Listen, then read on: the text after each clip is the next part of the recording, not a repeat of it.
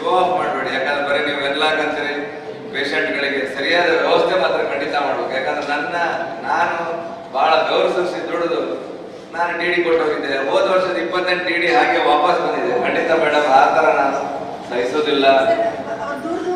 ಎಲ್ಲೇ ಇರಲಿ ನೀವು ಮತ್ತೆ ಅದೇ ತರ ಚಾಳಿ ಮುಂದುವರಿಸಿ ಖಂಡಿತ ನಾನು ಮುಖ್ಯಮಂತ್ರಿಗಳಾಗಲಿ, ಆರೋಗ್ಯ ಸಚಿವರಾಗಲಿ ಅಥವಾ ಕಾಂಗ್ರೆಸ್ ಆಗಲಿ ಖಂಡಿತ ಹೇಳ್ತೇನೆ ಬಗ್ಗೆ. ನನಗೆ ಯಾವುದೇ ಮುಲಾಜಿಲ್ಲ.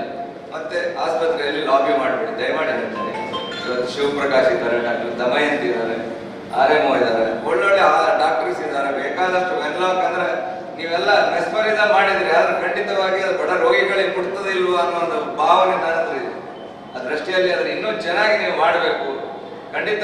ಯಾಕಂದ್ರೆ ನೀವು ಮಾಡೋದು ನಿಮ್ಮ ಮಕ್ಕಳವರಿಗೆ ಪುಣ್ಯ ಬರ್ತದೆ. ಆ ಪೇಷಂಟ್ಗಳಿಗೆ ಮಾಡಿದ್ರೆ ಎಲ್ಲೆಲ್ಲ ದೂರದಿಂದ ಬಂದಿರ್ತಾರೆ, ಎಲ್ಲೆಲ್ಲ ಕೂತಿರ್ತಾರೆ, ಎಲ್ಲೆಲ್ಲ ಕೂತ್ಕೊಂಡು ತಿಂತಾ ಇರ್ತಾರೆ. ಅವ್ರ ಹತ್ರ ಏನೋ ದೊಡ್ಡ ದೊಡ್ಡ ಸೂಟ್ಗಳಿಗೆ ಒಳ್ಳೊಳ್ಳೆ ಆಸ್ಪತ್ರೆಗೆ ಹೋಗ್ಲಿಕ್ಕೆ ದುಡ್ಡಿರುವುದಿಲ್ಲ.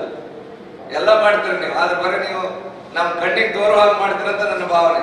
ಅದನ್ನ ಸರಿಯಾಗಿ ವರ್ಕೌಟ್ ಆಗ್ತಾ ಇಲ್ಲ ಅನ್ನೋದು. ಅದನ್ನ ಮಾತ್ರ ಖಂಡಿತ ಮಾಡಿ. ನಾನಂತೂ ನೇರವಾಗಿ ಹೇಳ್ತೇನೆ, ನನ್ನ ಬೆವರಿನ ಸುರಿಸಿದ ದುಡ್ಡನ್ನ ನಾನು ಅವ್ರಿಗೆ ಹಂಚ್ತಾ ಇದ್ದೀನಿ. ಆ ನಿಟ್ಟಿನಲ್ಲಿ ನೀವು ಒಳ್ಳೆಯ ಕೆಲಸ ಮಾಡಬೇಕು. ಯಾಕಂದ್ರೆ ಸರ್ಕಾರ ಇಷ್ಟೆಲ್ಲ 100 ವೈದ್ಯರಿದ್ದಾರೆ, ನಿಮ್ಮನ್ನು ಹೆಡ್ ಮಾಡಿದ್ದಾರೆ. ಖಂಡಿತ ಅದನ್ನು ಒಳ್ಳೆ ಚೆನ್ನಾಗಿ ಮಾಡಿ, ಇನ್ನೂ ಮಾಡಿ.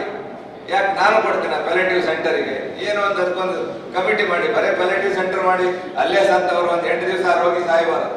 ಅದನ್ನ ಯಾರು ನೋಡ್ಲಾರ್ದೆ ಇರುವಂಗಿರಬಾರ್ದು. ಸರ್ಕಾರಿ ಆಸ್ಪತ್ರೆ ಅಂದ್ರೆ ಆ ತರ ವ್ಯವಸ್ಥೆ ಇದೆ. ನೀವು ಅದನ್ನ ಅದಕ್ಕೊಂದು ಕಮಿಟಿ ಮಾಡಿ, ಅದಕ್ಕೊಂದು ಉಸ್ತುವಾರಿ ಸಮಿತಿ ಮಾಡಿ, ಅದನ್ನ ಮಾಡಿದ್ರೆ ಖಂಡಿತ ನಾನು ಪೆಲೆಟಿವ್ ಸೆಂಟರ್ ಏನು ವ್ಯವಸ್ಥೆ ಬೇಕು ಖಂಡಿತ ಮಾಡ್ತೇನೆ.